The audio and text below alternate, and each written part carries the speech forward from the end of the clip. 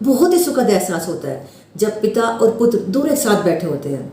ऐसी कोई मजबूरी नहीं है जो इन दोनों में दूरियां लाए, पर फिर भी हमारे भारत में पिता और पुत्र में बहुत दूरियां हैं। ऐसा क्यों? चलो आज इसी पे बात करते हैं। नमस्कार, मेरा नाम है मैं ऋतु। बहुत ही सुखद एहसास होता है जब पिता और बेटा दोनों एक साथ बैठे होते हैं। ऐसी कोई मजबूरी नहीं है जो इन दोनों के रिश्ते में दूरियां लाए, पर फिर भी हमारे भारत में पिता और पुत्र के रिश्ते में बहुत दूरियां होती हैं। ऐसा क्यों?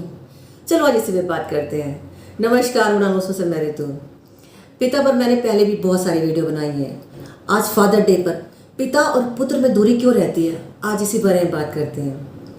हमारे घर के हर कोने में से हंसने की आवाज़ आती है, पर एक कमरा ऐसा है जहाँ सन्नाटा रहता है, क्योंकि वहाँ पिता होता है। हमारे भारत में पिता और पुत्र की जोड़ी कमाल की है। दुनिया के किसी भी रिलेशन में सबसे कम बोलचाल अगर होती है तो इस रिलेशन में होती है। एक टाइम तक दोनों अनजान रहते हैं और फिर बढ़ते शरीर की उम्र के साथ एक दूसरे के साथ बिछड़ने का एहसास होता है। लड़का अपनी यंग एज पार करके अगले पड़ाव में आता है और तब इशारों में बातें होने लगती हैं और बीच में मीडिएटर बनती है माँ। पिता अक्सर बेटे की माँ से कहेगा उससे कह देना, और बेटा अक्सर माँ से कहेगा पापा से पूछ लो। इन दोनों दूरियों के बीच में घूमती है माँ। जहाँ एक होता है वहाँ दूसरा ना होने की कोशिश करता है, जबकि ये डर नज़दीकों का नहीं है, ये डर है एक दूसरे से बिछड़ने का।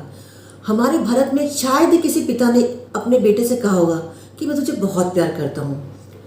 बेटा सिर्फ पिता की संपत्ति का उत्तराधिकारी नहीं होता। बेटा पिता से कुछ सीखे या ना सीखे, पर पिता जैसा गुस्सा और पिता जैसा बर्ताव उसको विरासत में मिल जाता है। पिता सोचता है जब मैं चला जाऊंगा और इसकी माँ भी चली जाएगी और बेटी की शादी हो जाएगी, तब यह अकेला रह जाएगा। तब इसे हर दम हर कदम पर अपने परिवार के लिए, अपने बीवी बच्चों के लिए हर चुनौती का सामना करना पड़ेगा। हर सोशल प्रॉब्लम से, कॉम्प्लिकेशन से इसे खुद ही लड़ना होगा, क्योंकि पिता जानता है कि हर बात घर पे नहीं समझाई जा सकती। इसे खामोशी से अपने गम को छुपाना होगा। परिवार में आई हर मुसीबत का सामना अपने हौसले से करना होगा। इसीलिए वो कभी पुत्र प्रेम नहीं जताता, क्योंकि वो जानता है कि प्यार कमज़ोर करता है। कई बार उसका प्यार झुंझलाहट बनके, गुस्सा बनके बाहर निकलता है, पर वो गुस्सा अपने बेटे की कमियों के लिए नहीं होता। वो झुंझलाहट है गुजरते वक्त के लिए। वो जानता है कि उसकी प्रेजेंस अनसर्टन है।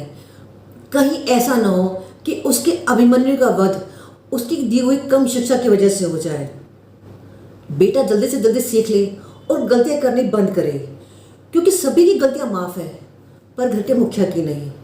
यहाँ सबसे पहले घर के मुखिया का वध होता है, और फिर वो टाइम आता है जब पिता और बेटे को दोनों को बढ़ती उम्र का एहसास होने लगता है। अब बेटा सिर्फ बेटा नहीं रहा, वो पिता बन चुका है। अब कड़ी और भी कमज़ोर होने लगती है, और फिर वो टाइम आता है जब पिता और बेटी को बढ़ती उम्र का एहसास होने लगता है। अब बेटा सिर्फ बेटा नहीं रहा, वो पिता बन चुका है। अब कड़ी और कमज़ोर होने लगती है। पिता की सीख देने की लालसा और बेटे का उस भावना को ना समझ पाना इस कड़ी को और कमज़ोर करते हैं। और यही टाइम होता है जब बेटे को लगता है कि पापा गलत है। बस इसी टाइम को समझदारी से निकालना होता है, वरना होता कुछ नहीं है। बढ़ती झुर्रियाँ और बूढ़ा होता शरीर जल्दी बीमारी को घेर लेता है, और फिर सभी को बेटे का इंतजार करती माँ नजर आती है, पर पीछे रातों को जागता हुआ पिता नजर नहीं आता। पिता की उम्र और बढ़ती झुर्रियाँ ये समय का चक्र है। अब बेटा भी बूढ़ा हो चला है बाप के रूप में, और उसको एक और बूढ़ा शरीर झांकता है आसमान से, जो उसके पिता का होता है। सभी पिताओं के हौसले को नमन। उनके लिए पंख नहीं तो क्या गम है, हौसलों में बहुत दम है।